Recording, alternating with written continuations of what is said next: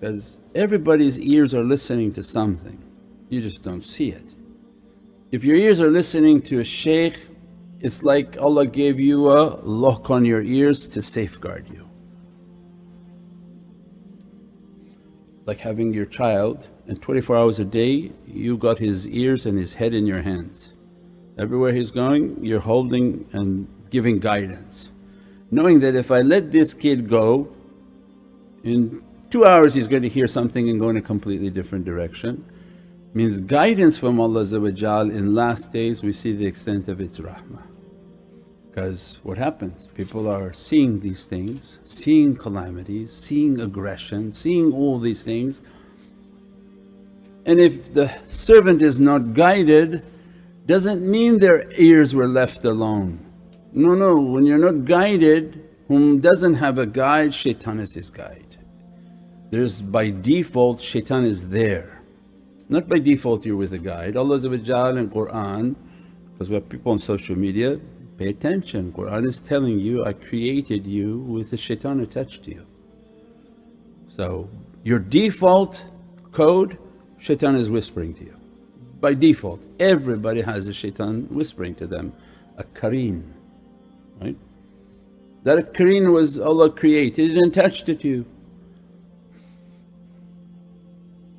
That's why we have 3 locks and we don't have our spiritual power, we don't have our spiritual trust, we don't use our 70 trillion volts of energy.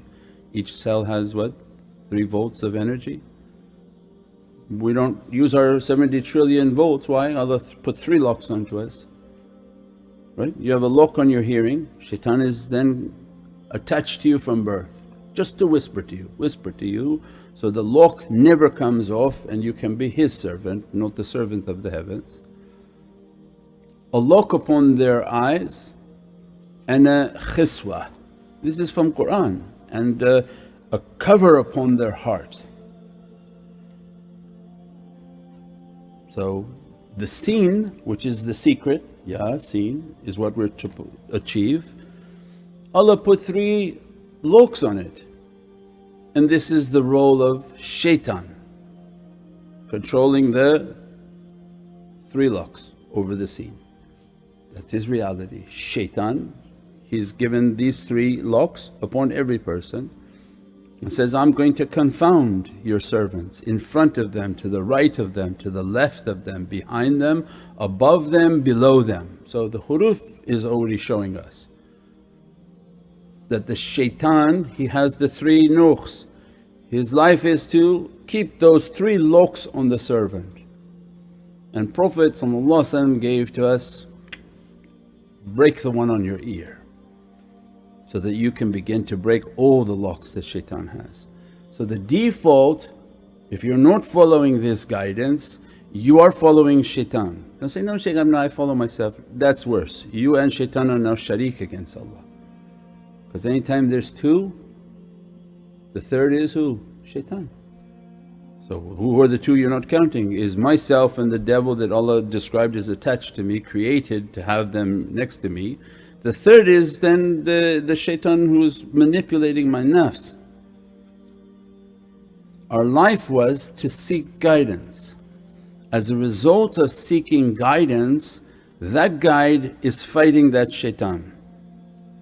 So every time, that's what we mean to samina wa atana. I'm hearing and I'm trying to listen, because shaykh, I hear your talk but I'm hearing this guy whisper into my ear, and he keeps whispering that, no, don't listen to that.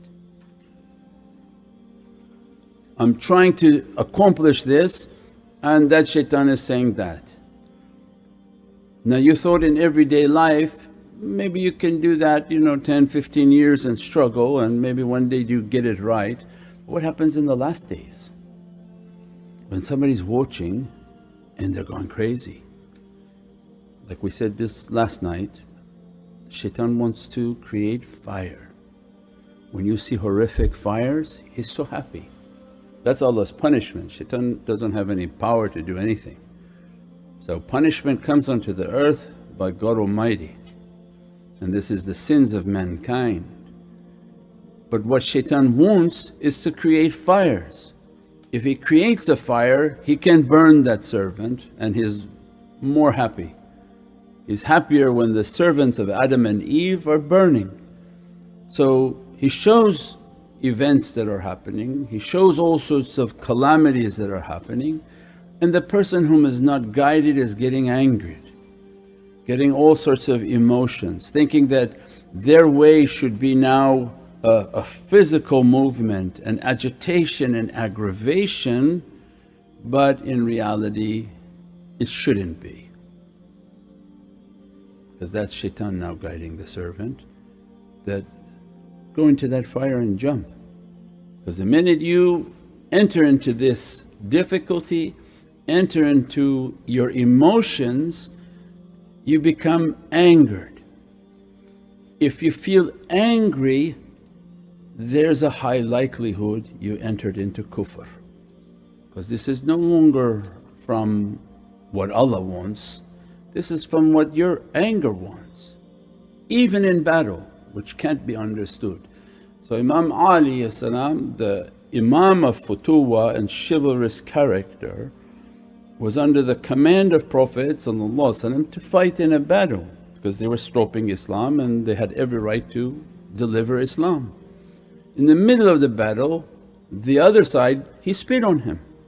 Immediately Imam Ali sheathed his sword, and the man was so astonished by this act that, "Why you stopped? We were in the middle of fighting, I was going to think I'm going to kill you.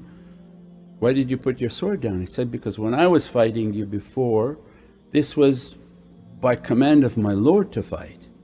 As soon as you spit on me, this became my fight to kill you, and Allah will punish me."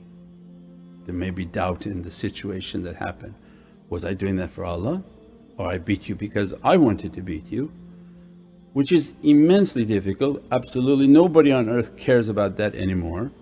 But for us it gives us the daleel, the proof to talk and teach people, look, you have to be careful.